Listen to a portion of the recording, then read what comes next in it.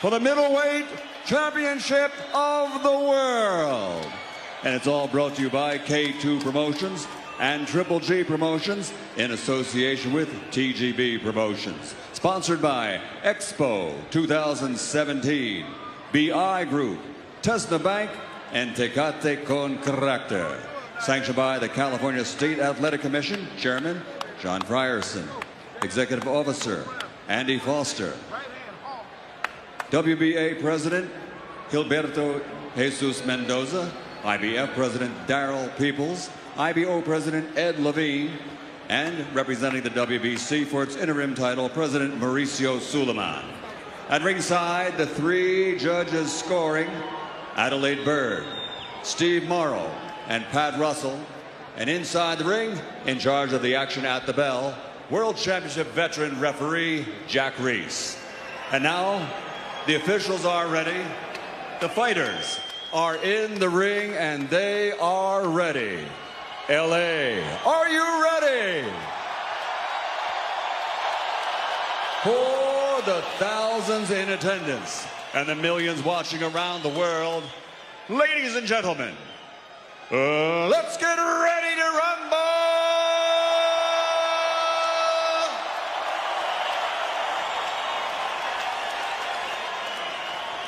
Introducing first, fighting out of the blue corner with his trainer Jay Stensel, wearing green with black and silver. Official weight, 159 1/2 pounds. A perfect professional record consisting of 18 fights, 18 victories, including 12 wins by knockout, and 7 of his last 11 victories by KO. Fighting out of Washington, D.C., here is the undefeated challenger, Dominic.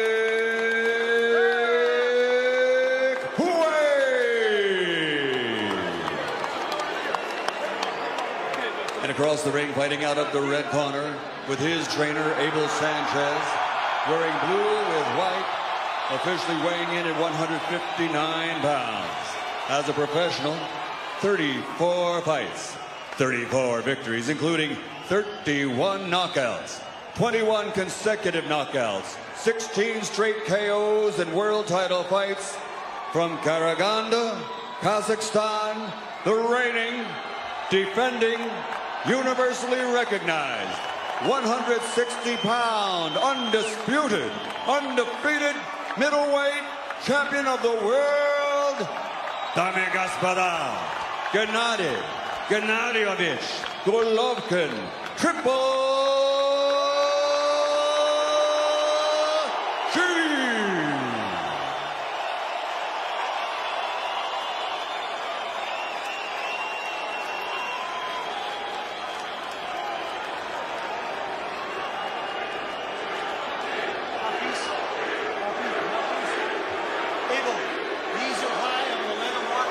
Understand? Yeah. These are high. I'm going to let them work. Those are good.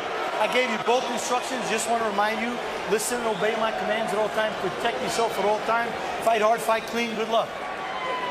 Football has made its way into some of our conversations so far tonight, but this reminds me of the first round of the NBA playoffs. You don't think that the top teams are in jeopardy, but you can't help it that Steph Curry isn't facing Kawhi Leonard yet. This is what you got. And so it becomes watching the performance of the best in the business. And Wade's plan for scoring the upset is that he boxes Golovkin. He says he doesn't have any idea how good a boxer I am, and that he eventually lands a big right hand and upsets the Triple G apple cart. So we'll see whether that can happen. They're both listed at 5'10.5", but as they get into the ring, Wade looks like the taller fighter. Yeah, he does, but he looks a little soft around the waist, Jim. So I'm sure Triple G is going to immediately attack the body as soon as he sees fit. You got to give Wade credit for coming in and taking a fight like this, though, because he hasn't had a big fight in his career yet. So fighting Triple G is not a big fight. It's the biggest fight he could have in this weight class. And he's doing a good job of attacking right away here off of Triple G's punches. 10 months ago, Wade struggled to get by 41-year-old Australian veteran Sam Solomon. You just saw Golovkin land a left hook to the body. It's one of his more effective shots. Logic says if you struggle with Sam Solomon, who does not have any power, you may be in truly deep against Gennady Golovkin. But of course, styles make fights, and those are two entirely different stylistic enterprises. Yeah, they are, but you are in deep fighting Triple G anyway. The only problem I see here for a person like Dominic is that he's not really quick enough to surprise Triple G. If you're not quick enough to bring him a surprise, it's a good body shot though. If you're not quick enough to bring him a real surprise, then it's going to be really tough for you to upset him. Golovkin didn't seem to believe he needed to know much specific about Wade. Acknowledged that he only looked at a few minutes of tape. Relies on Abel Sanchez to provide whatever scouting report he thinks is necessary going into the fight. Golovkin says that the jab fest against David Lemieux in his last fight, when he threw nearly 50 jabs in round 1 and instantly made it a tactical fight rather than the war a lot of people expected, he says that was a decision that was made on the fly. It was not something they planned in advance. He just walked in round 1, started landing jabs, and thought, I'll stick with this. Yeah, good fighters come in and see what worked in that first round, Jim, and whatever works is what they take. I mean, if you're smart, you take what the opponent gives you. Dominic Wade's a nice young fighter in his prime, undefeated. He can handle himself, but so far he hasn't shown Triple G anything to worry about. No, he doesn't have enough power to really cause him any concern, and that's not good for him.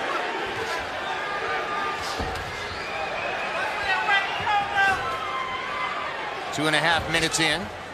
Golovkin dominating contact, landing, as you can see, 3 times as many punches as Wade by CompuBox count in the round. Hasn't landed anything really dramatically big. Now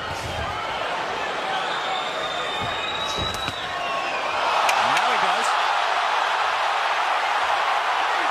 That was big enough. Yes, it was. Big enough to end the fight, as a matter of fact. Are you okay? Not enough time in this round. Walk to me. Give me your No, gloves. Max. The one knockdown on a right hand over the top, but Wade makes it out of round 1.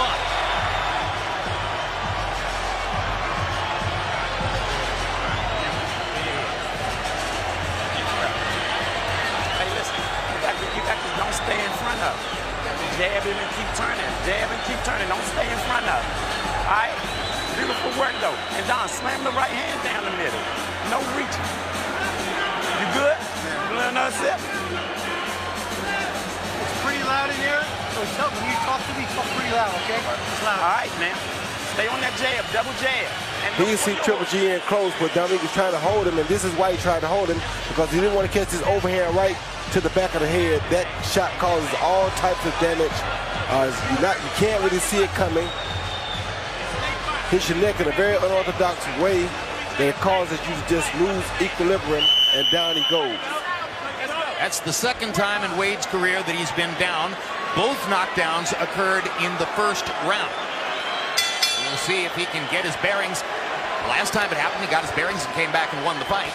Shot behind the ear like that is a quasi-rabbit punch, but the way Dominic Wade was turning away, he's presenting that as the target. Golovkin seemed to hurt him with another right hand, but this time Wade stayed up. Yeah, he hurt him again with that same right hand, Jim. And now he knows it's just a matter of time before he catches him and finishes it.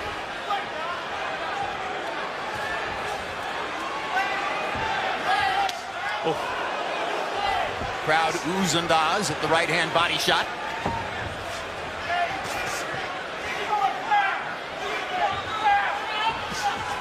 Good body shot by Triple G. His body shots are sturdy. And a lot like Chocolatito, Jim, when they realize a guy can't hurt him, he has a relentless attack, and that in itself is a weapon that they use on the opponents to weaken him. Good body shot again. Stop. Nobody punch. Step out. Step out. Wade looked a little stiff-legged as he backed up after that body shot. Golovkin missing with the right hand. That might have finished it if he had landed it. And now Gennady seems to go into that thing, Roy, where... This is the Willie Monroe thing. Yeah, right? he kind of lets the guy hit him a little bit. Show him that he can't hurt him, and that he disregards anything to do with punching power when it comes to the opponent. Got to be careful doing that sort of thing, though, because a 160-pound fighter who can crack a little bit is dangerous. Yeah, but he's already felt the power of this guy, Dominic Wade, and he's not no kind of way intimidated by his punching power. Or one thing we saw against Lemieux, Golovkin has tremendous belief in his chin. Yes, he knows he's going to get painted every once in a while because he's a pressure fighter. And down goes Wade for the second time. I don't think he'll make it back out. Again on the right hand.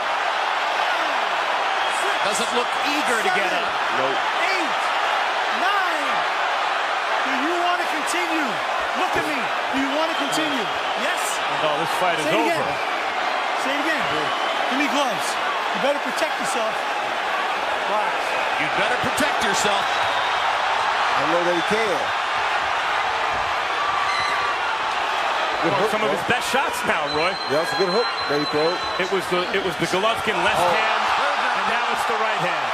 Same punch. And let's see if Jack Reese is even going to consider allowing 6, Wade to continue 7. after the third 8, knockdown of the fight. 9, 10. And that's it.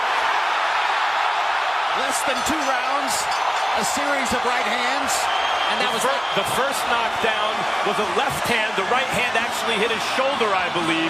It was the left that did the damage, but we'll see on replay. The right hand finished it, but I think Wade was already a finished fighter when he got up. It's not just that Golovkin knocks people out. So do number 1 and number 2 now reverse? Well, you could argue, but it's the way he knocks people out. These iconic knockouts, these indelible images of violence. He's amazing.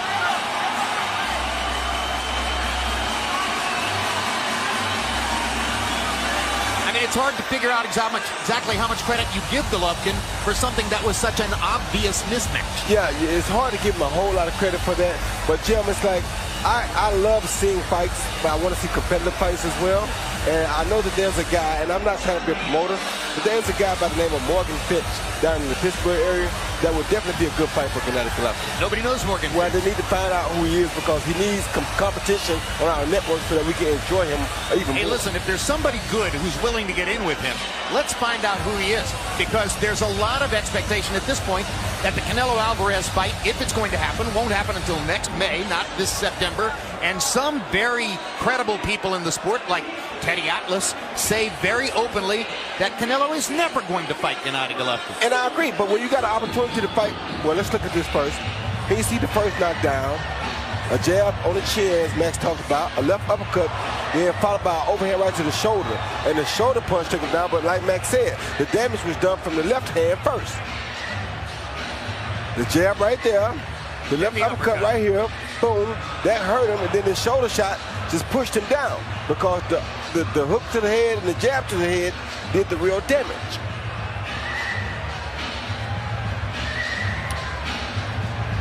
That was the first knockdown of that round and the second knockdown in the fight. Yeah, the third knockdown, which was the second knockdown this round, I think, came from the right hand, which had been the problem all night long.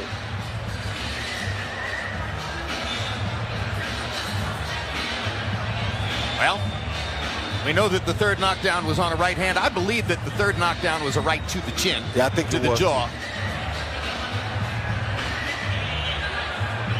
And I'm in agreement that Canelo wouldn't want to fight him because why would he fight a bigger man when he could fight somebody like Pacquiao, who Roach talked about him fighting, who's a smaller man and make way more money for the less riskier fight.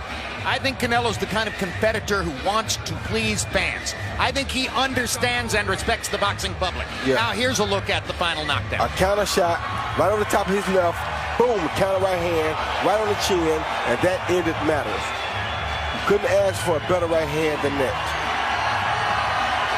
You know, I've read some comments from people on the web who say, well, I don't think Golovkin's all that big a puncher. What are they smoking? I don't know what they're smoking or drinking. I mean, come on. He's a big puncher. Which hand are they talking about? The right hand is dangerous. The left hand is even more dangerous. Which hand are they talking about? If he breathes on you, it might be dangerous. Michael Buffer is standing by at the ropes with the official particulars on the knockout. Ladies and gentlemen, referee Jack Reese counts to 10. The official time, 2 minutes, 37 seconds, round number 2. The winner by knockout victory.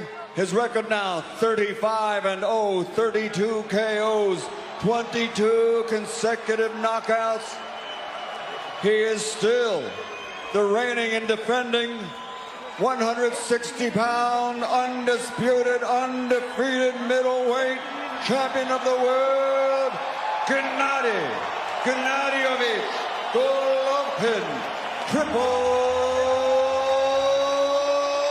G.